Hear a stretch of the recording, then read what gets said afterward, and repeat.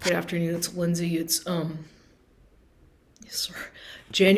Saturday, January 17th, 2026. And well, I guess I'm gonna kind of do more of a continuation about what. All right, yeah, I have been making videos obviously for quite a while now, and okay, like I said, like I don't even want to talk about this person anymore because I already knew a long time ago that I was being lied to and played a fool, basically being taken advantage of and exploited, mostly in ways that were sexual by this man. And so, but for my own journey, I suppose, in my own life or whatever, my own therapy, I need to document this stuff. But since it's a truth, it's okay. I'm not making any of this stuff up. I'm not exaggerating anything. And I feel that I have the right to express myself, considering that this man, or what these people that he has basically gotten to go against me in the community, or the gang stalking, the smear campaign, and all that stuff, that I know that I'm quite sure that he was a big part of it. I'm quite sure of it, just because of who he is, and the way he's a bully, and the way he seems to think that he's above everybody else. That's the way he behaves, like he's entitled to step all over people and use them for something that they have that that he needs. And that's how these kinds of narcissistic people behave. And they basically they treat you like a doormat. They treat you like an object, like you're there to fulfill something that they need and that they want. And then when you tell them no, and you set clear boundaries with these people, and I'm talking about a man, I'm talking about that same man, that Mr. Valdez, and that's a common name, so whatever. There's many, many people with that same name, with his same name here in San Antonio or all over, so whatever. He probably, honestly, whatever. I'm going to say his name, and I'm not afraid, because I have conquered the battle. I have been through hell and back. I have believed in myself. I have trusted my own intuition and my instincts. And if people don't like being called out for their bullshit lies and their manipulations and their abuses, then too bad. I'm sorry. I'm not sorry. I feel that people like that need to be exposed. I feel that predator type behavior should be exposed for people who might be more vulnerable, who they try to victimize. And I don't call myself a victim.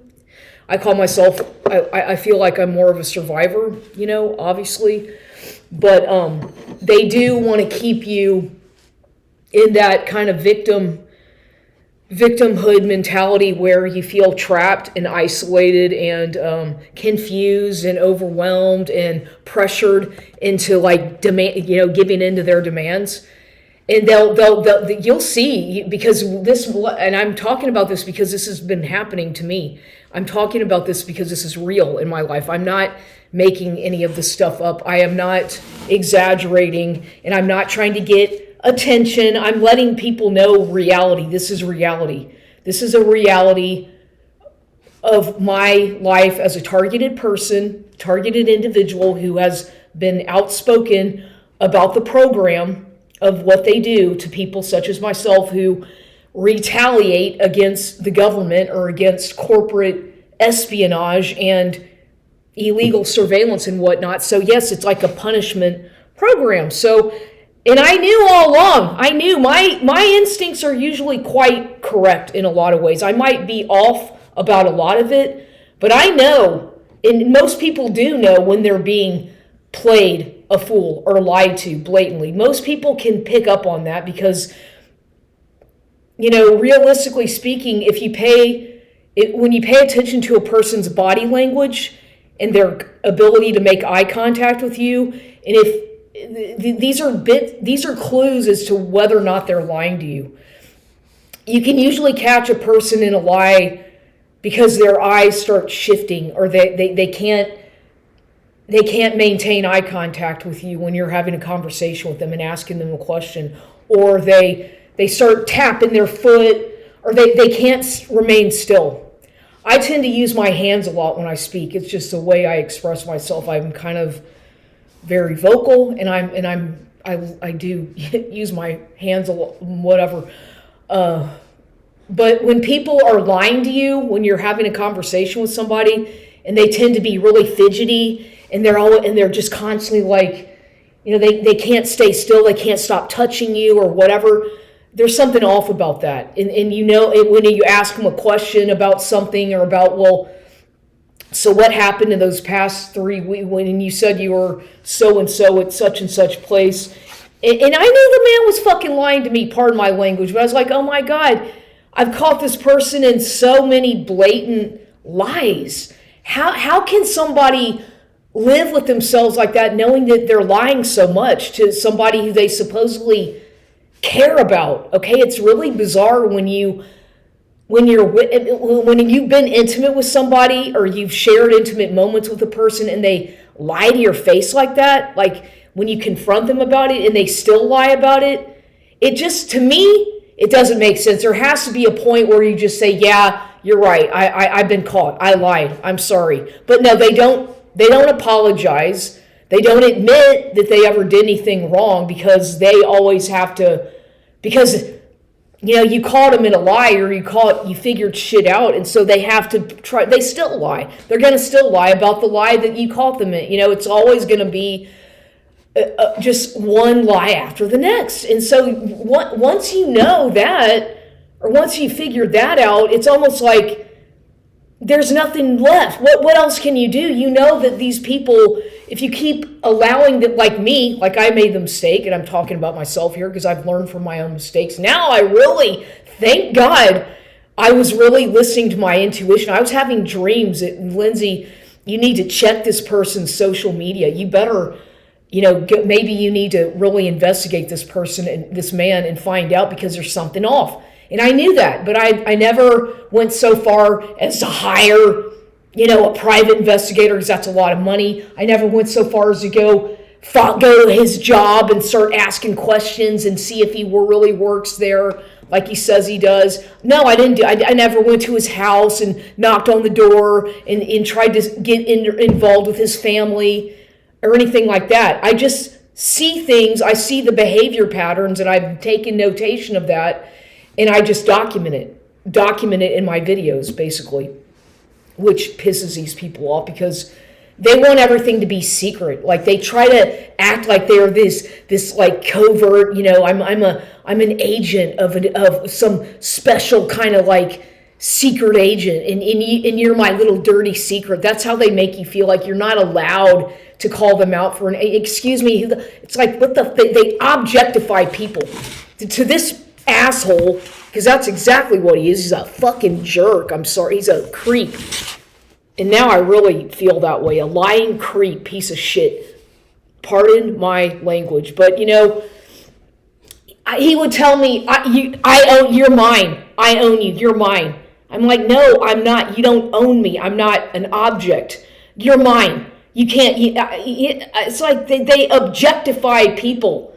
And people who do that, people who treat you like an object and say that I own you, you're mine, what is that supposed to mean? That means that they have to have, basically, when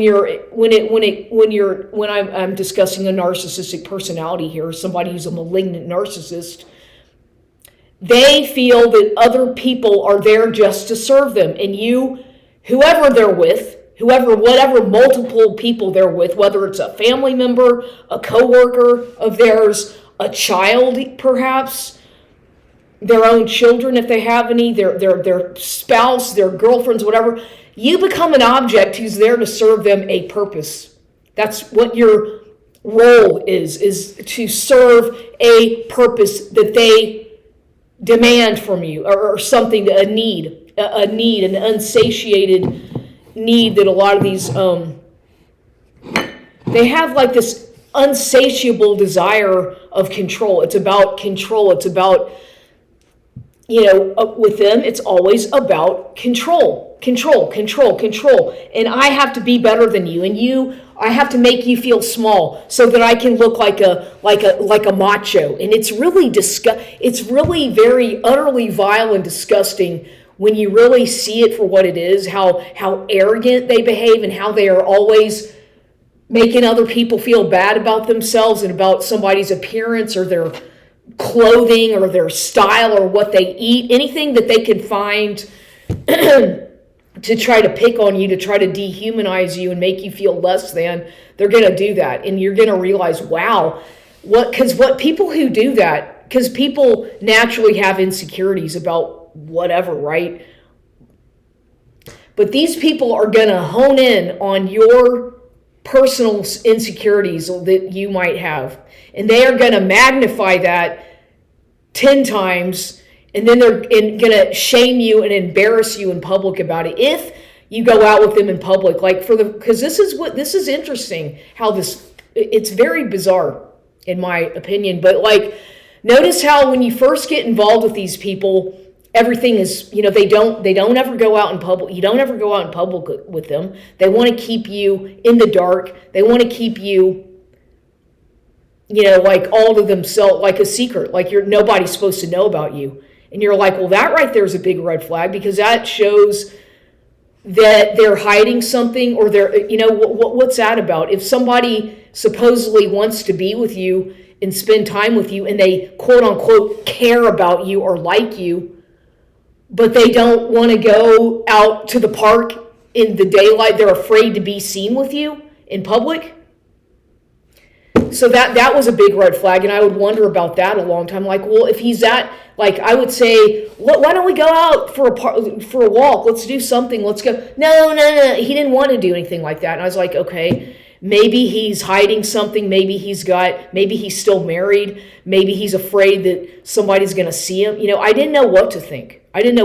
Because it was very confusing the way he would do that. And then all of a sudden, this is what's so fucking crazy about these types of people, is that they come and go, disappear out of your life, and then they reappear, they hoover, you block them, you change your number, and then you end up giving them your number again, because they keep on showing up and basically harassing you and demanding your attention and time, and they act like they want to know every little thing about you. They're so interested in coming into your home, invading your privacy, and taking notes on everything about you, so that they can use it against you at some time. The reason that narcissistic people do that is because they know that with all of these type relationships, if you want to call it that, it's not really a real relationship. It's a situation. Shit is what they are. But they know that these types of interactions with these people, they all have an expiration date. They're not real, genuine connections. Don't be fooled by thinking that, this person came into my life and this is my twin flame or soulmate. I don't buy into that stuff. I don't. I definitely think that's a bunch of malarkey. That twin flame, soulmate crap. I'm sorry, I don't believe in it. I don't believe in it at all. Because I was fooled into thinking that could be true. Because I already talked about that previously, about how, but I don't believe in any of that stuff. I believe that God or whatever has a plan for everybody. And I believe that that's in the hands of God. I don't try to force anything. I don't do that. But I document it and I talk about it because of what I've been through but I don't believe that you can force anything. And what these people try to do is they try to force you into committing to them early on. Okay, they try to force you into doing things that you don't, or shame you and guilt trip you into doing something that you probably don't want to really do. You don't feel comfortable doing it, but then if you don't, you're this. If you do, you're that, So it's like all these mixed feelings that you get, because you're like, what do I do? Should I give into that, even though I deep down feel that that's not me? I don't feel comfortable doing that. Or do you, it's like a catch-22 type situation where you're left feeling vulnerable, because it's confusing, because you think that, unfortunately, a lot, by nature, people like, they like being, companionship. Most people, normal people, I think, enjoy a real honest companionship with somebody who they feel that they can confide in, somebody who they feel they can trust. Well, that's the same. What I just said is basically, confide, trust. Sorry. But people want that kind of connection. They desire that. I think that most people have that innate desire to meet somebody who they can have that with. But realistically speaking, I think that that's very rare and hard to find, and you can't force it, right? It will, like I said, if those kinds of relationships are meant to happen, I believe that should be left in the power of a higher power, of God. In my case, God, Jesus Christ, whoever. I was raised Christian. I was raised Episcopalian. I'm not a devout, Bible thumper, but I do have a lot of spirituality, and I do believe in God, and I do believe in Jesus, all that, yes, I do believe in all that higher, spirituality stuff. So that, to each his own, though. Some people are atheists, some people are I'm kind of a little bit of an agnostic / spiritual whatever, but I do believe in God, and I do accept that. I believe that Jesus is the Son of God. That I personally believe that. That's just what I think that's what I want to think. That's what I have thought since I was a kid, pretty much, even though I question the Bible and religion, organized religion, but I still feel that is how I feel. That's what makes me feel content personally in my own journey of life.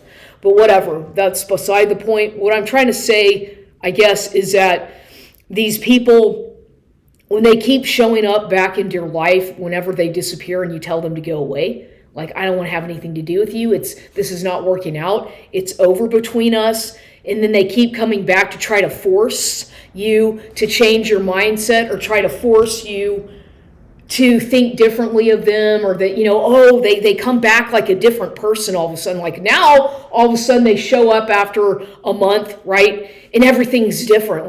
They want to go to the park. They want to take you out in public. They want to take you to a restaurant. They want to go hang out with you all the time. They want to be near you. And it's they're very clingy. And it's give me some space, dude. What the fuck? They come back. I need to be near you. I miss you so much. I need to be, I need you. I need you. They're very needy of your energy. You see, I would say that these people are like energy vampires. They're akin to somebody who is an energy vampire. They need your energy they become very codependent on your light or energy or something about you that they don't have, because otherwise, why the fuck, pardon my language again, why would they keep coming back? If you've told them, go away, I don't want to have anything to do with you, it's over, I don't trust you, I already have caught you in lies, I know that you're a cheater, I know that you're a player, and you're using me, and you're trying to exploit me, and you don't take me seriously, and all this time,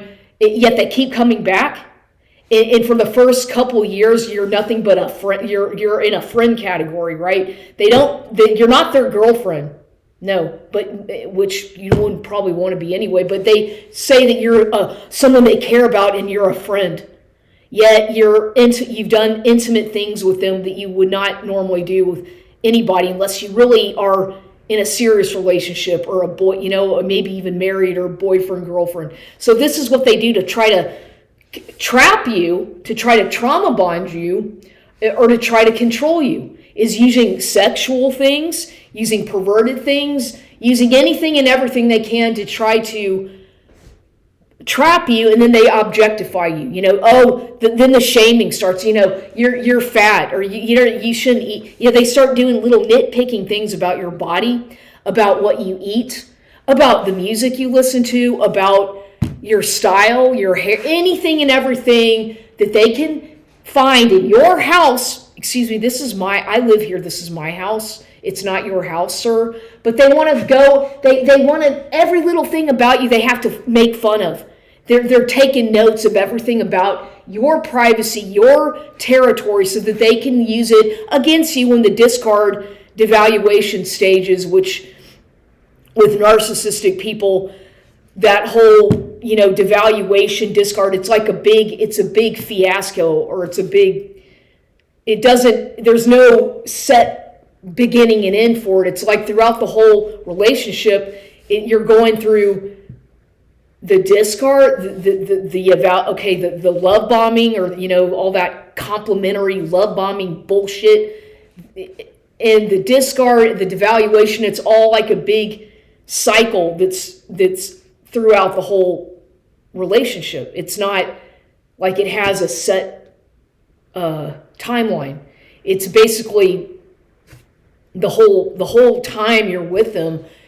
That's what's going on. Believe it or not. It sounds weird the way I might be describing it, but that's basically what it is. It's very confusing and then they call you crazy, or they'll say you'll say you're very open and honest with them, and they'll call you crazy when in fact they're the ones gaslighting you and lying to you and playing you and using you, but you're crazy because you see through it, right? You're the one who's crazy. You're the one who's, no, I think that I can just see through the mask. I think that I can just see your bullshit lies and see it for what it is. And they can't stand that because with narcissistic individuals, like I said, the one thing that they don't like, that they hate more than anything, is being exposed for who they really are and what their agenda is, and being embarrassed or rejected. They can't handle rejection. They think that, no, I can have anybody I want when I want. It's you're an object. Oh, you're mine. What the fuck is that about? What kind of a normal human being is going to tell anybody that you're like you're a dog, an animal? I'm not your object. You don't own me, sir. I mean, nobody does. I don't care who that's just weird. It shows their codependency and that they're very needy. They're very needy of you because, everybody's got their, but they're very needy people. They're very much, but they project all of that onto you. And that's what's so scary and so crazy about these types of individuals is whatever is going on with them, they project it onto you. Okay? I never needed this asshole in the first place. I was doing okay fine before I ever met him. I'm the one who kept letting him in my life. I don't fucking need him or anybody. Quite honestly, I'm okay alone. I don't mind having companionship, but I've got to trust a man, and it's got to be mutual. There's got to be reciprocity. But with these types of people, it's one-sided. It's one-sided, okay? And then they shame you. Another thing they'll do is they will, if you, God forbid, if you feel the need to be, if you want some reciprocity in an intimate situation, they shame you for that. Because it's all about control. So you end up being the one who's just there to please them, and you don't even want to ask for anything because you feel so ashamed because of the way they make you feel. So it's very weird. They make you feel dirty, ashamed, and useless. Yet here you are trying so hard to please them, or you're pleasing them, and they're getting off on that and all that crap. But they shame you for, God forbid, should you desire anything intimate or any sort of mutual intimacy. No. That's shameful. You see how weird it is? In a normal, healthy relationship with somebody, it should be mutual. You shouldn't have to ask, which I never did. Never did I.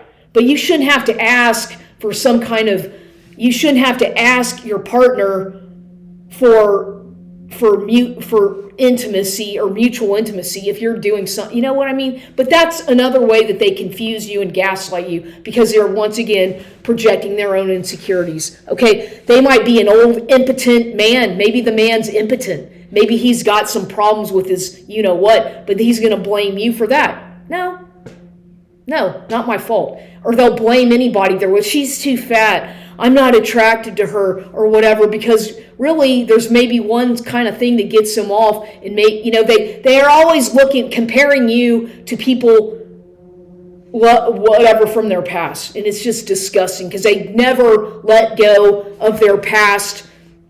Most of the time they don't let go of their past relationships, and you become their fucking therapist for this shit, trying to analyze what's going on with this person. They can't seem to just like, they have to hang on to people from their past and stick them in the harem garage. And that's going to happen. Whoever the new supply is, that's going to happen eventually. They're going to do the same thing with that person. That person is going to be put up on a pedestal for albeit a month, a year, whatever, and then they're going to fucking knock that person down and go back to the harem and find somebody from their past to do the same thing, to try to love bomb them and, oh, you know, I miss you, you're so good. All this bullshit, fake fucking lies that come out of their mouth.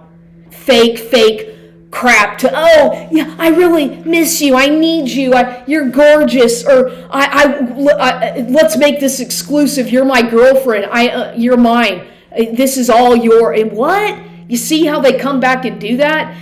Yeah, that's what he did to me, okay? Coming back after, treat me like a fucking doormat, like an object, and then all of a sudden, oh, I want to be your boyfriend, okay? He tells me all of a sudden after, you know, he comes back, let's make this exclusive.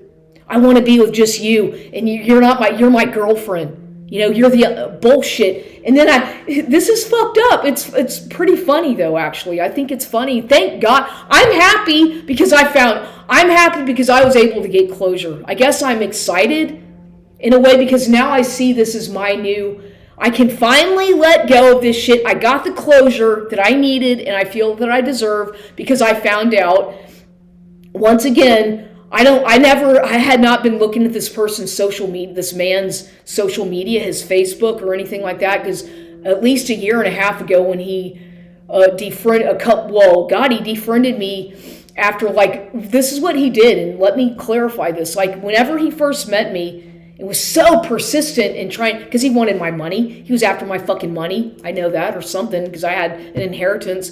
So he was all about like, oh, you know, let me be your friend on Facebook. So he friended me on Facebook, like when I first met him, right? And then I noticed within a few weeks, all of a sudden, he was not on my friends list anymore. I'm like, that's weird. He defriended me after only a couple weeks of knowing me, or less than a month. What's that about? I was like, that's weird. So I ended up feeling kind of hurt by that in a way. I was like, that was kind of whatever. And so I ended up just blocking him altogether on Facebook. I blocked him. And I have an old Facebook profile from like 2015 or something that I can't even access anymore because it was hacked into and I can't access it. It's still there on Facebook, but it's old and I can't access it. And I have a different profile now that I've had for, I don't know how long, but basically I had blocked him on that profile, the one that I have now that I can access. I blocked him on there. And I was like, that was at least 2 years, at least, I want to say it's been a year and a half, almost over a year and a half that I blocked him on Facebook, right? And I never looked back. I blocked him and I was like, that's it. I already know this guy's a liar. He's full of shit. He's a narcissistic control freak. He's a sex addict, in my opinion. And I blocked him. I didn't like. I was like, I don't like this guy. He's creepy. I don't like him. I blocked him, and he's a liar. And I know what he's about. So then, when he came back to do this hoovering shit, coming back into my life, trying to like manipulate the situation to keep tabs on me and acting like he owns me. Right? All of a sudden, stupid ass me, I made the mistake of letting him back in my fucking house, my door, okay? I shouldn't have done that, but I did. And then he's all, oh, I want you to be my girlfriend. Let's come with me for a walk, or let's do this, let's do that. And, you know, giving me that black dress, that tiny little, tight, little fitting, extra small black dress. It's too fucking small. And whatever, just shit to insult me, basically, to try to objectify me, I feel, is what he was doing. And then giving me crap like that, old blankets off his bed and an old smelly sweater, a white big sweater that I don't, crap like that, just stuff stuff that from a couple years ago that he gave me that I fucking threw away and threw it back in his yard, I think. The same shit that he's trying to give me again.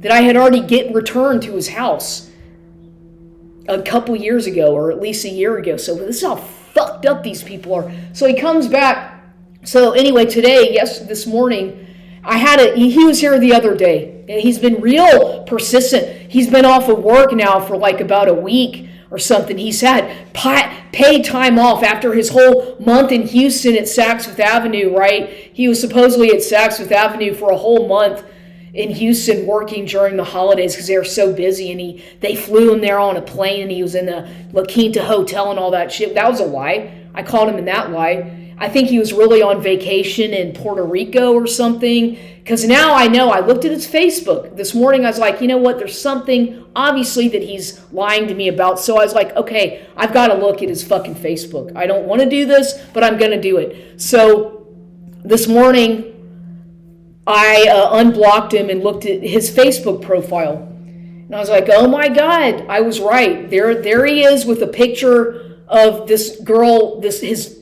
girlfriend, his whatever, who he's got a picture or two of those, of the same picture of him with this girl. And then there was a comment underneath it that said something like, her name is Nidia. Oh yeah, that's my girlfriend Nidia. One of his family members said, oh, who's that or what? So he said, oh yeah, it's my girlfriend Nidia. And that was from like October of 2025. But supposedly he had told me that he was only with me all this time. And I have confronted him on that over. So how many women have you been with since, such a fucking liar. So that, right there, I knew that he was with somebody. If not the girl from his job, this woman he was infatuated with, this woman who I don't know, apparently she quit, but I know that he had something going on with her. I'm quite sure of it. There's always somebody, and they're always going to lie to you, right? But I was right. My intuition and my instincts were telling me, Lindsay, he's lying to you. And this morning, last night, I had something told me to check his social media. Even though I didn't want to, like I said, I went ahead and unblocked him and checked the social media. And there, sure enough, I got my clarification. I got my closure, which is what I wanted, which is what most people want to get when you're dealing with a narcissistic when you discard all that crap, the ending of a relationship. You want some kind of closure, right? You need to just mentally, you desire to have closure so that you know mentally that you are right. I needed that for my own mental well-being, to know that I was right. My instincts were right. And sure enough, I was right. I was right. I knew it. And so I got the closure that I needed to justify my own need to know that he was indeed with somebody else, involved with another woman that he lied to me about. Very much lied to me about that whole situation, because I had asked him many a times, they will never tell you the truth. So just know, at least I know now, but other people should know, that if you are trying to make heads or tails about a situation where your instincts tell you that yes, there's something wrong, and yes, I feel like I'm being lied to, what this person is lying to me about, whatever, I think that it's best to really follow your intuition. It might be off, it might not be correct 100%, but there's something that you are being led to, some sort of something that your instincts are trying to tell you. And so yeah, I was right, and he had other pictures of that looked like he was on a beach somewhere. Maybe I'm sure that he went on a vacation to Puerto Rico or something, and maybe this one, I don't know, and I honestly don't really care. I'm just doing this, adding this to my collection, my narcissistic abuse history with this man, so that I can validate myself and maybe help.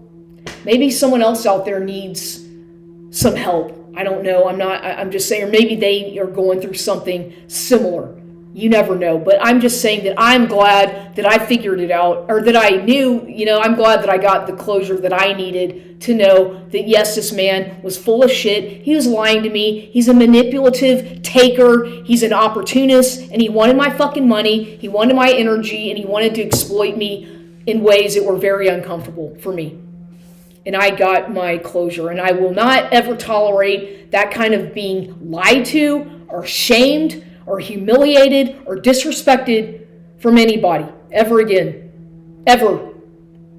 So now that I know that, this man is never, ever coming through if he fucking knocks on my door or tries to come near me, he's not coming anywhere. He's not going to be allowed into my house.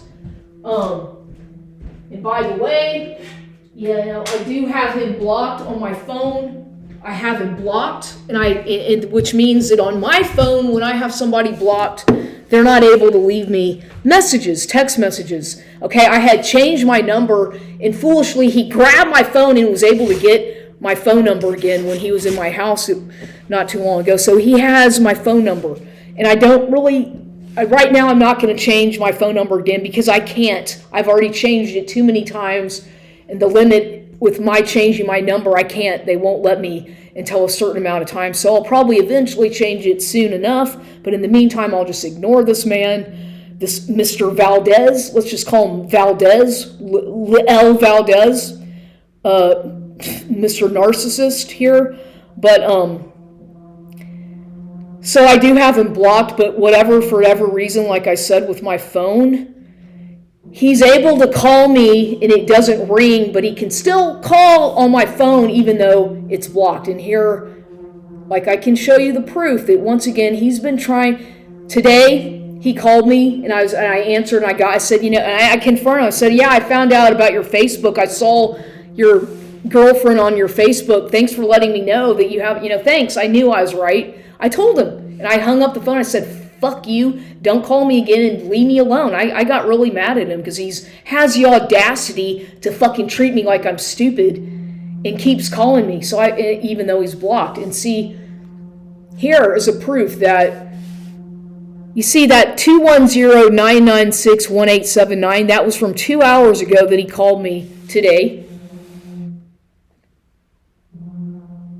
That's today, which is Saturday, January 17th.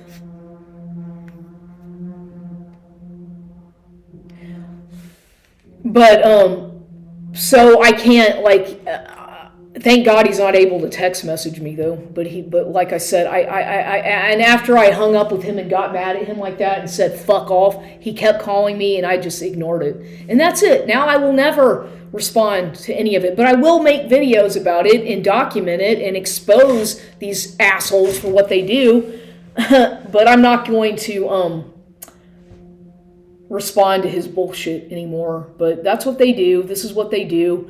And another thing that's real insulting what they do is, like, he kept saying stuff like to me about, doesn't your mother have a will? You better find out. You better find out if you're in it. And all. It's like, what?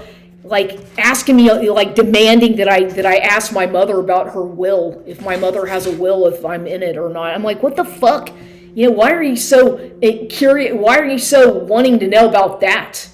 What's your problem? Telling me to ask her about her will, because she's getting up there in age. It's like, how dare you? Who the hell do you think you are? It just shows that these people are all about money, money, money. If it's not, they want your money. They want your energy. They want your inheritance. Whatever is yours, they think is theirs. And excuse me, motherfucker, I'm not fucking married to you. You're not my boyfriend. Fuck off. Yeah, screw you, jackass. And sorry for my don't mind my foul language, but you know what? Honestly, these people, in my opinion, deserve to get called out for their malignant lies and horrible stuff that they do to target people. He is a perp. I'm a targeted individual. This man is a complete fucking perpetrator working for the fucking government or whoever to target me. He's a pervert asshole, pervert jerk.